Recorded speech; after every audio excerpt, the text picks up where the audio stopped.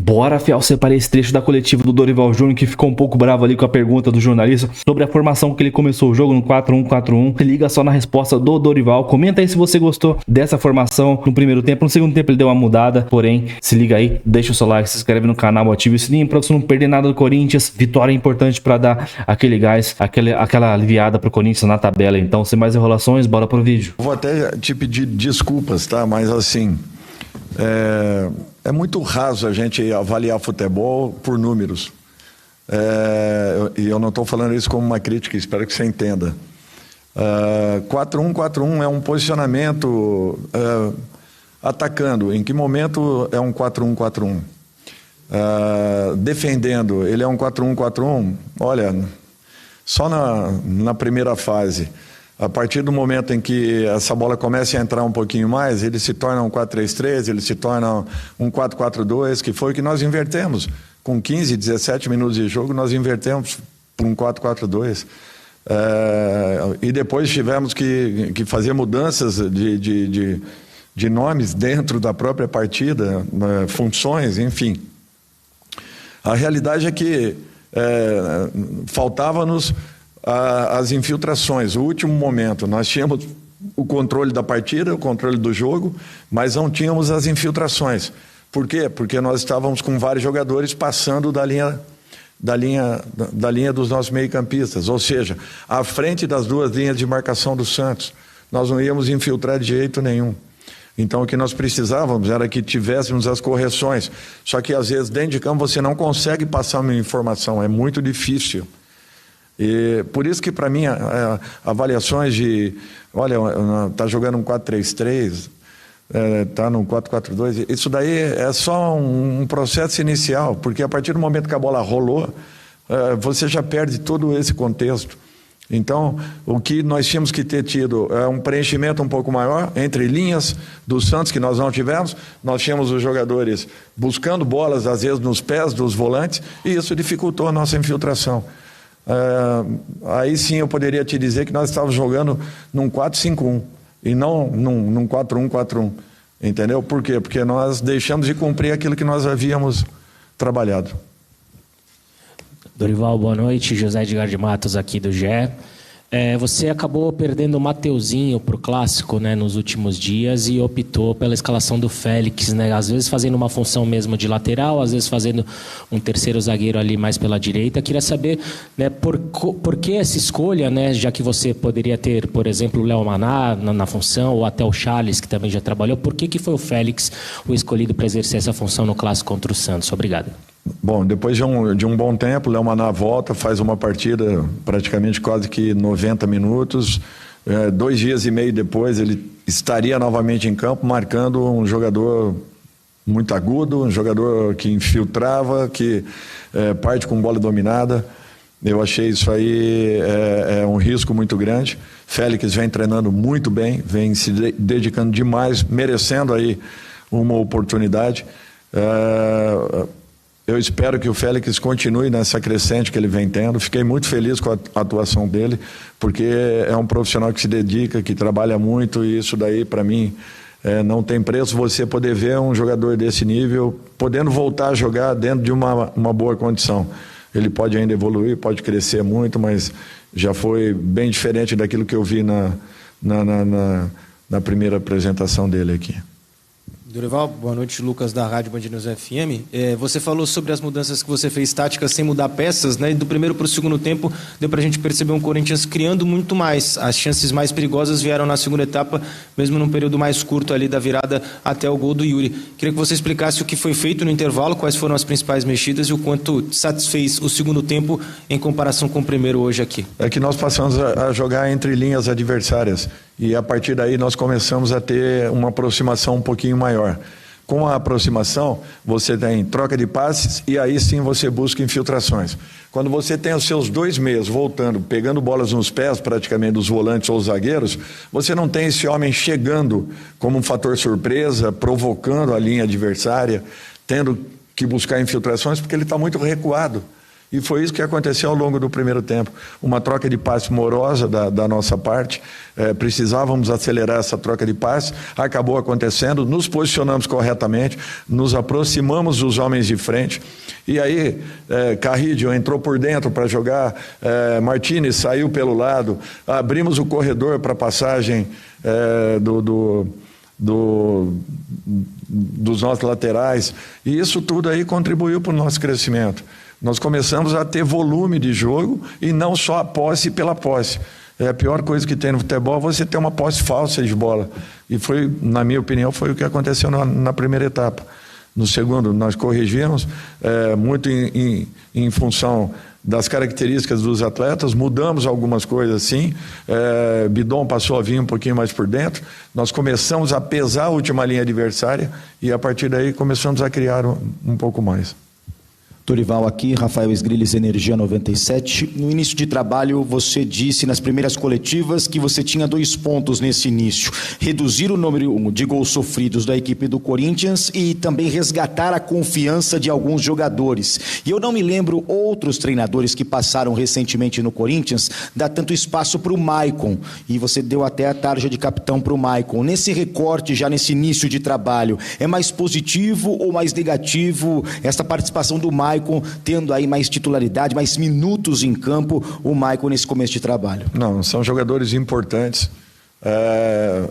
Eu tenho muita confiança no Maicon pelo que eu já vi dele, pelo que ele já fez, inclusive nas vezes que atuamos contra, né?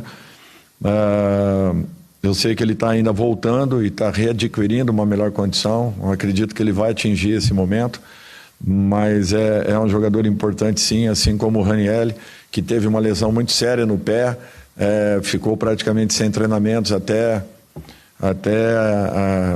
domingo hoje, acho que só no sábado ele veio para campo e mesmo assim entrou em campo com dedicação, com entrega, como ele sempre o fez. O importante é que eles estão se respeitando, entendendo e procurando colaborar e contribuir de todas as formas, cada um no seu momento.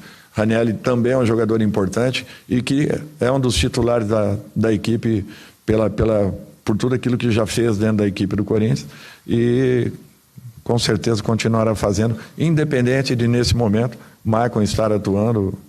Eu tenho muita confiança nos 2 jogadores.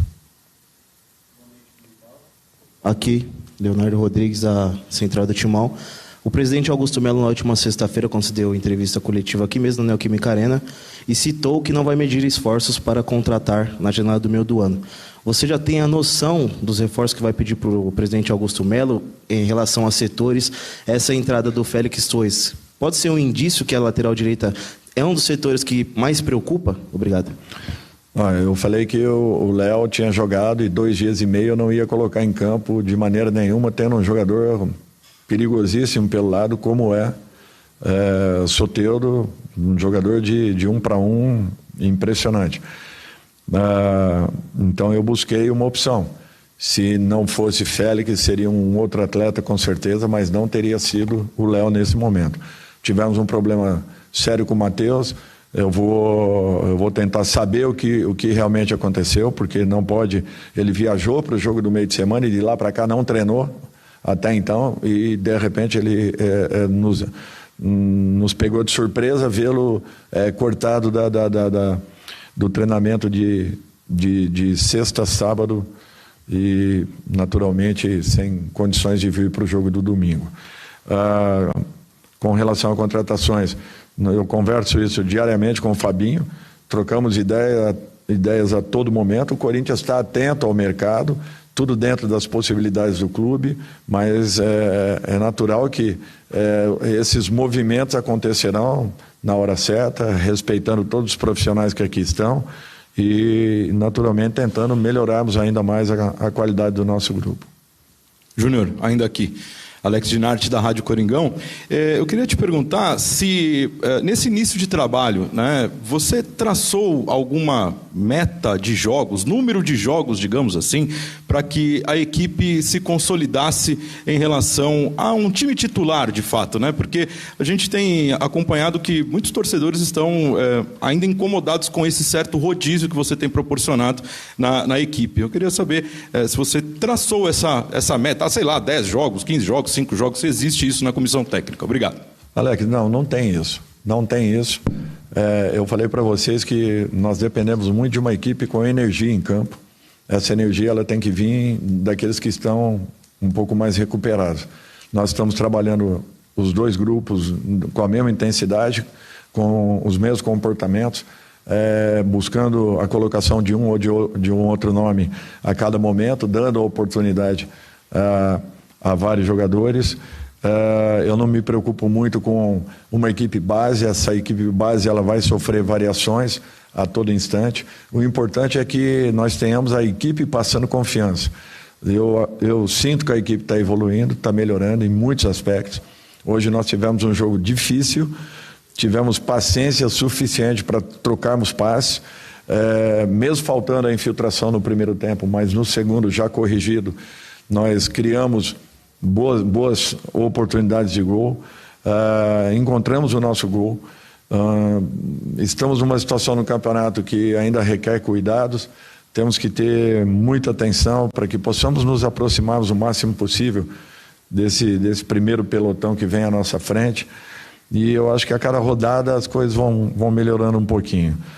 O que eu espero é que a partir da nossa parada, né, nós possamos melhorar ainda mais, de um modo geral, o condicionamento da equipe, qualificarmos o máximo possível, inclusive apresentando trabalhos um pouco diferentes, opções que a gente possa usar ao longo da partida. Eu acho que é isso que todos nós queremos. Além do que, nós temos jogadores importantes que estão fora de combate nesse momento, né? O Garro, que é um jogador diferenciado, Memphis, que fez uma lesão aí muito séria, uma torção brusca de tornozelo, e são jogadores muito importantes para a gente, e mesmo assim eu acho que a equipe vem dando uma boa resposta. Eu acho assim, para tão pouco tempo, nós já jogamos aí 3 campeonatos praticamente, com os 3 primeiros jogos que nós participamos aqui com o Corinthians. Não é fácil, não é simples. Teremos mais uma decisão na quarta-feira. E mais uma vez, nós teremos uma equipe em campo que possa entregar energia, luta, dedicação. E vamos ficar atentos com tudo isso, porque o campeonato não para e nós não temos como alcançarmos uma recuperação. Talvez o Corinthians seja uma das poucas equipes que não vem tendo lesões musculares até então. E isso para nós é um ponto muito positivo, porque eu vejo a cada rodada uma equipe perdendo 2, 3 jogadores, atuando em campo, tendo necessidade de trocas praticamente no início das suas partidas, o que para a gente vem sendo um ponto positivo. Ainda não temos um equilíbrio, não temos uma regularidade, concordo, mas nós estamos no caminho. Dorival, boa noite. A minha pergunta ainda vai muito em cima disso tudo que você respondeu, porque o calendário é apertado e quarta-feira tem uma partida decisiva, um jogo de mata-mata, um jogo de volta contra o Novo Horizontino, e gostaria que você falasse um pouco, né, no primeiro jogo contra o Novo Horizontino, que foi a sua estreia, você trouxe uma equipe alternativa, contra o Racing na semana passada, também uma equipe mais alternativa. Se você já tem uma ideia desse rodízio hoje, e se você vai levar uma equipe mais alternativa, se você vai trazer uma equipe mais próxima do que trouxe hoje com o Santos, mesmo com essa proximidade. E na sua última resposta você falou do Garro e do Memphis. Se você puder atualizar um pouco o cenário dos dois, o Garro que já está em transição, da última vez você foi questionado sobre isso, ele não tinha iniciado a transição, então qual é a condição atual do Garro e se essa situação do Memphis ela é grave, se pode, por exemplo, até gerar uma questão cirúrgica, já que foi ligamentar? Não tem questão cirúrgica, eu estou até me adiantando aqui ao departamento, mas não tem essa necessidade. O Memphis, ele teve uma torção muito forte, tornozelo, um inchaço grande, absurda até. Talvez o tenhamos aí no meio de semana já em condições de poder iniciar trabalhos. Ele está está tentando acelerar o máximo possível. Hoje já estava bem mais enxuto, mas ainda talvez não em condições. O Garro começa a voltar agora aos trabalhos, está praticamente aí iniciando essa transição.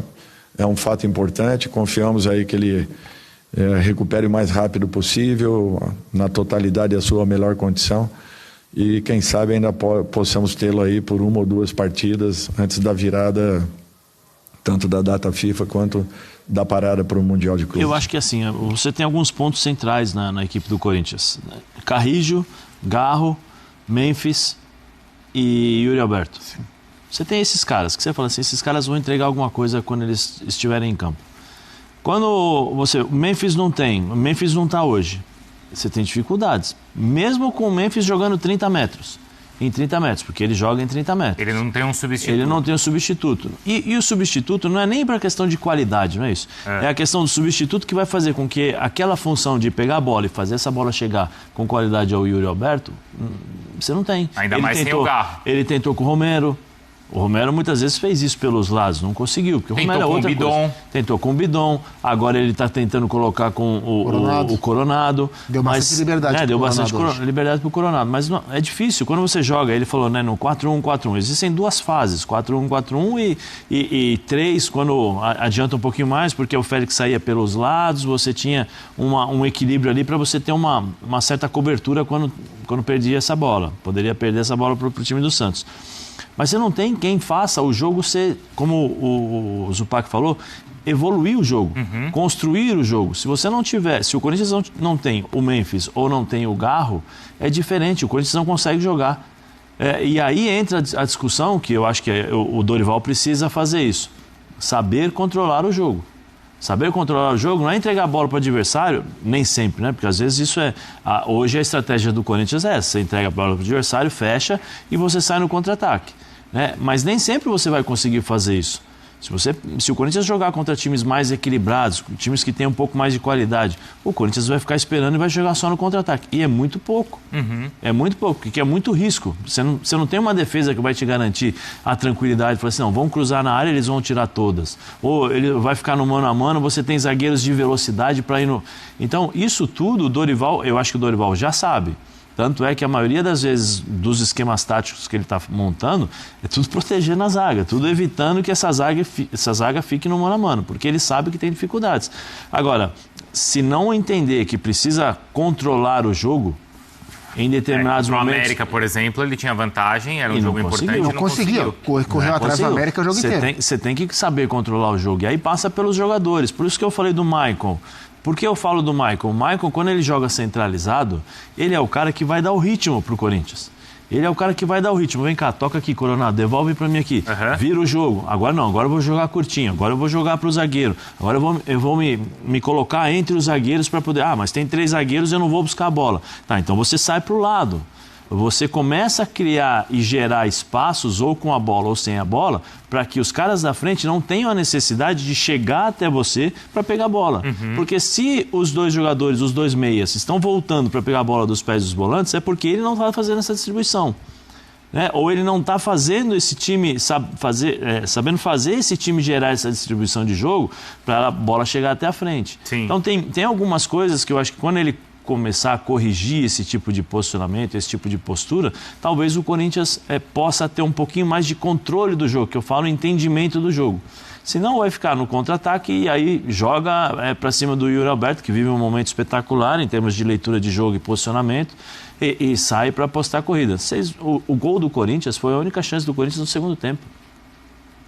O Corinthians não é que o Corinthians criou... os dois, né? Os dois gols, né? Os 2 gols. Os 2 gols. O anulado e o... Nós estamos falando sobre uma vitória do Corinthians. O Corinthians no segundo tempo melhorou. Mas o Corinthians no segundo tempo teve um pouco mais de posse de bola. Porque no primeiro Santos... Ou não sofreu os perigos não sofreu no primeiro tempo. Mas não criou as oportunidades. Falou assim, o Corinthians vai ganhar hoje. Era para ter ganho de 3-0, 4-0. Então isso foi o coletivo do Dorival. E também um pouco da análise do Zé Elias, do Zupac Rodrigo Bueno, pessoal da ESPN já deixando os créditos na descrição. Realmente, cara, o Dorival ficou um pouco bravo com o cara ali, que falou que não foi 4-1-4-1, que quando começa o jogo não é mais aquilo. Mano, mas era 4-1-4-1, cara. O Carrilho tava na linha lateral, praticamente marcando bandeirinha ali, cara. Junto com o Dorival na linha lateral, na ponta, cara. E o Coronado lá na ponta esquerda. E às vezes o Carrilho até revezava ali com o José Martins na ponta. No segundo tempo, o José Martins jogou mais, né, na ponta ali, mais agudo. Ele é mais rápido que o Carrilho, né, para fazer aquela função. Claro, não tem tanta habilidade, tem nem 10% da habilidade do Carrilho. Então o Dorival precisa realmente achar logo uma formação, mas claro, vai ter a parada para o Mundial, vai ter tempo para ajustar isso daí. E também eu tenho certeza, pelo que o Dorival, as entrevistas dele, ele vai pedir contratações, principalmente nas pontas, cara. O Dorival não é que ele não sabe jogar sem ponta, ele gosta mais de jogar com pontas. E o futebol pede isso, cara. Não existe. O Corinthians tem pontas tipo o Thales Magno, Romero não é ponta. Mas o Thales Magno ali é muito lento para jogar na ponta. Tem na base lá o tal de Kaique, mas nunca joga. Tem jogadores na base, mas realmente vai ter que buscar pontas no mercado. E tá difícil ter ponta de qualidade, hein?